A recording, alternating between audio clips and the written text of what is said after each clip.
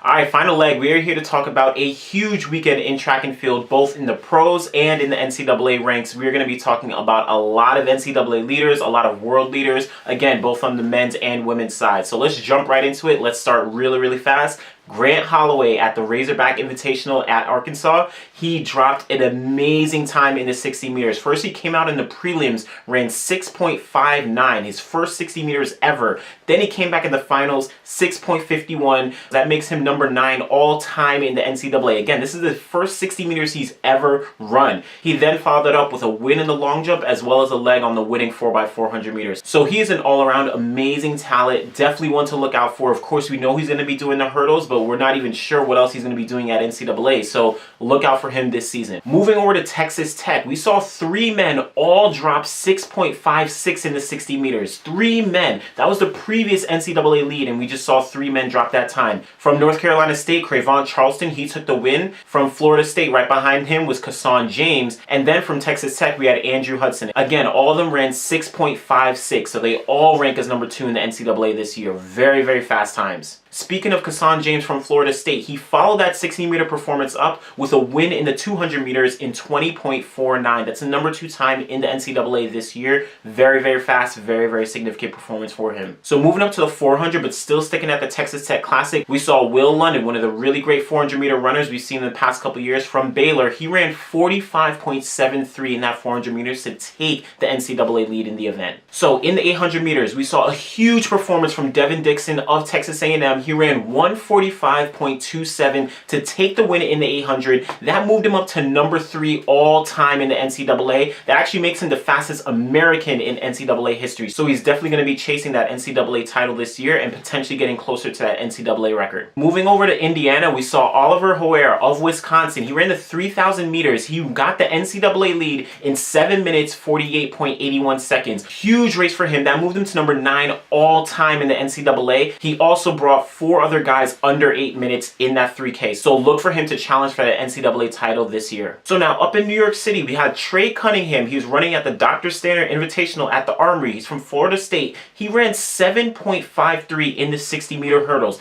Huge performance for him. That moved him to number 9 all time in the NCAA. He's number 2 this year, only behind Grant Holloway, but look for him to challenge Holloway for that 60-meter hurdle title at NCAAs this year. So sticking at the Indiana meet, we saw the Indiana DMR run 9:27.30 in that DMR race. That moved them to number 7 all time in the NCAA. A huge significant win. Of course, the NCAA lead as well, so they're going to be challenging at NCAA championships come March. Alright, now moving into the field. So Mondo Duplantis didn't do as well as many expected last weekend, but this weekend was his time. He jumped 5.83 meters at the Arkansas Razorback Invitational. Huge world lead, moved him to number 3 all time in the NCAA, but he wasn't alone. We actually saw Matthew Ludwig of Akron jump 5.83 as well in the pole vault. So tied the world lead, tied the NCAA lead. They're both number 3 all time in the NCAA. So it's looking like a really good fight leading into NCAA championships. Of course, Mondo has jumped higher in the past, but he has a lot of competition now, so we'll see what happens this March. Now, finally, for the field events, we saw Peyton Otterdahl of North Dakota State. He was throwing at Nebraska this weekend. We saw him throw 21.64 in that shot put. A huge mark that moved him to number 3 all time in the NCAA. Definitely been killing it this season, both in the shot put as well as in the weight throw, so look for him to improve those marks and really go for something big at the end of this season. So that's it for the men. Moving over to the women, we saw just as many amazing marks put down both on the track as well as in the field. First up in the sprints, the 60 meters was on fire this weekend. At Texas Tech, we saw Tonisha Terry of USC. She dropped a 7.15 in that 60 meters to take the NCAA lead. A huge performance for her. But we moved over to the Arkansas Razorback Invitational. We saw Kiara Parker from Arkansas tie that NCAA lead with a 7.15 of her own. She actually came off a prelim time of 7.18 before running that 7.15, so they are both on a roll. Really looking forward to this NCAA championships in March. Still at the Arkansas Invitational, but moving up to the 200 meters, we didn't see an NCAA lead, but 2 women dropped a 22.97 in that 200 meters for a thrilling finish. Peyton Chadwick of Arkansas and Abby Steiner from Kentucky, they both ran straight to the line. They went for a thrilling finish, again, 22.97 to get the number 2 time in the NCAA this year. So So in the 400 meters at the Texas Tech Classic, Kaylin Roberts, who already owned the 400 meter lead, she improved her lead to 52.25 in that 400 meters. Amazing, amazing performance. So a lot of big things coming from her in the next couple months. Now, jumping over to Penn State, we saw the amazing Dana Rivers, who set that NCAA record in the 1000 a couple weeks ago. She dropped a 2:02.94 in the 800 meters to take the NCAA lead in that race. Amazing, amazing time for her and really big improvement on her personal best. Moving back to Texas Tech, we saw USC absolutely dominate the 60-meter hurdles. They took the top 4 spots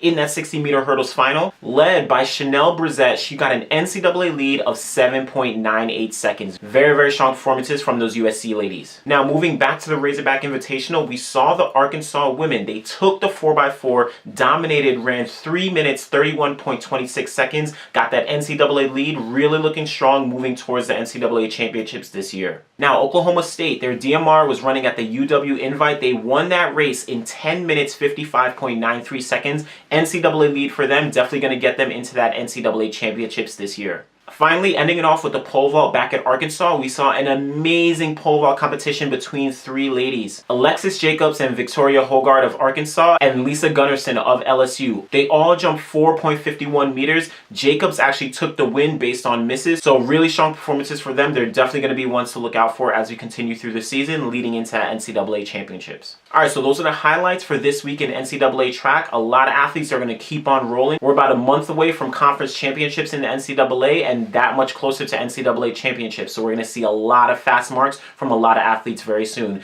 We got the pros continuing to roll this season as well. So look out for a recap from this past weekend in pro action as well. Alright, so make sure you guys leave a comment below. Make sure you guys subscribe. Keep checking us out and we'll be back again very soon. Thanks.